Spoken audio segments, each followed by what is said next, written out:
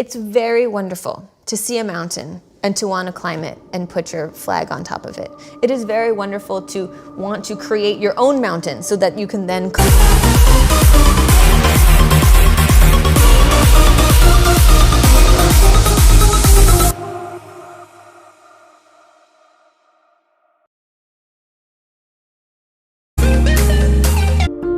and you might discover that everyone values mountains, but you actually love the sea. And perhaps swimming is what you really should be doing. And if your calling is the mountain, then by all means go and climb the mountain.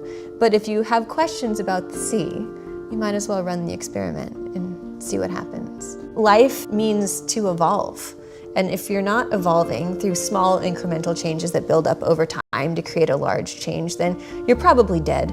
And that shouldn't really be a goal of anyone. I think every day I get up and I say, what are my priorities? And then I move towards that. And sometimes, honestly, my priorities are to see how many back-to-back episodes of whatever I'm watching on Netflix I can watch, if it's that kind of introvert's Sunday that I need, in order to be my best self out in the world Monday morning.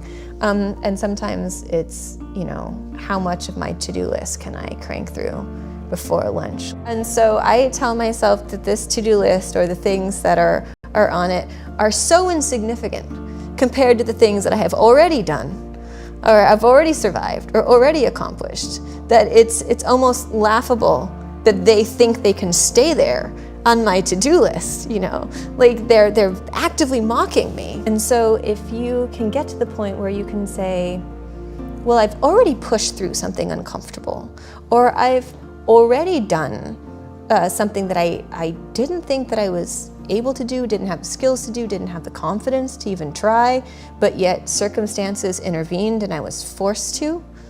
I've already done these things. And yeah, they were in a different context. Maybe they were in a personal context and not a career context.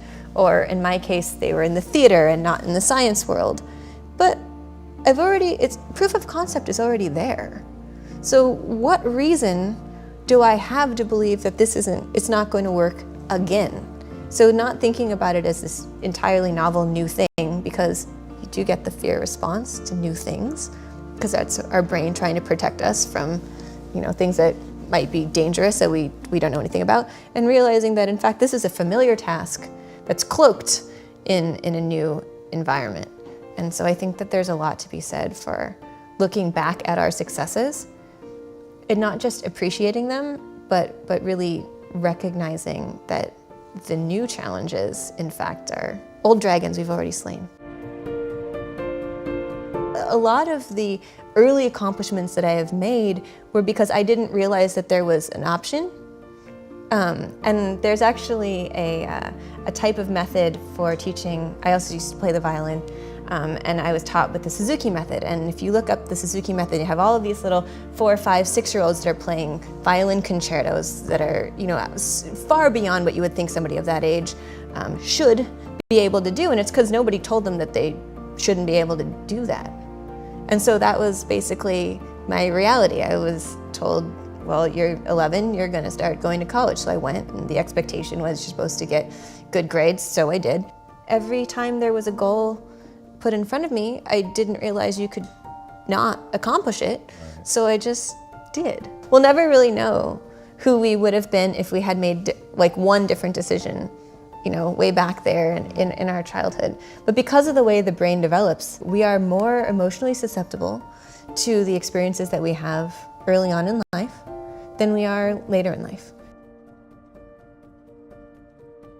We all have to live in this society that's been created for us, and there's, certain expectations that one is a contributing member of the community of humanity, and that can be accomplished in many different ways. I think if I had a group of young people that I was responsible for, I would try and listen more than maybe my parents did to what each of them want.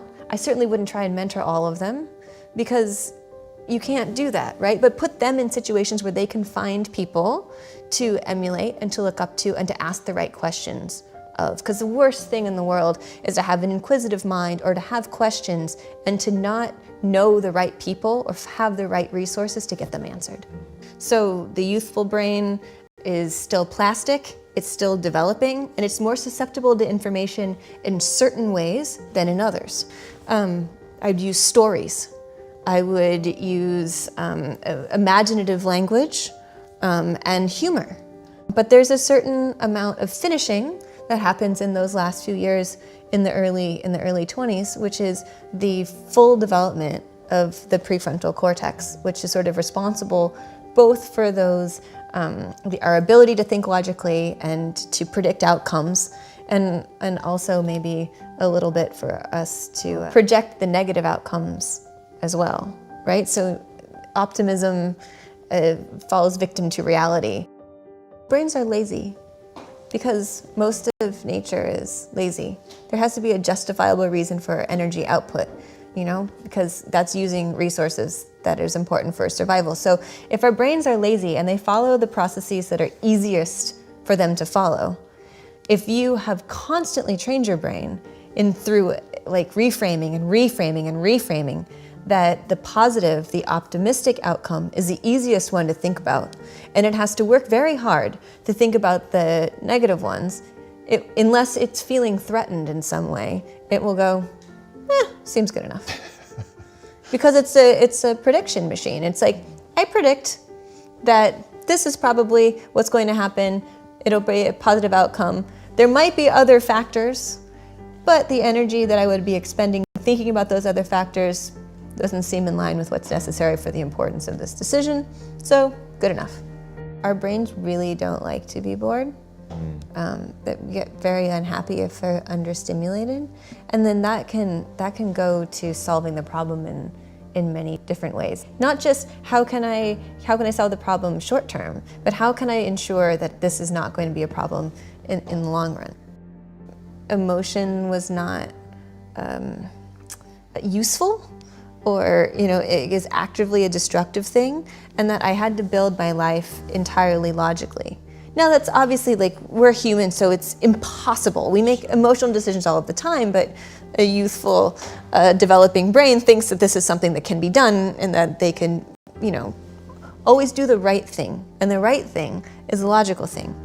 And then as I started to learn about the brain and as I started to learn about myself, I realized that I didn't have a lot of experience in seeing what would happen if I just let them come. And most people experiment with this in adolescence, but they don't know they're experiencing, just these emotions. They just kind of think this is how I am and this is who I am, right? They don't think about it in an abstract way. I went to New York and I trained at the Alvin Ailey School, which is a very well-known school of modern dance there in Manhattan.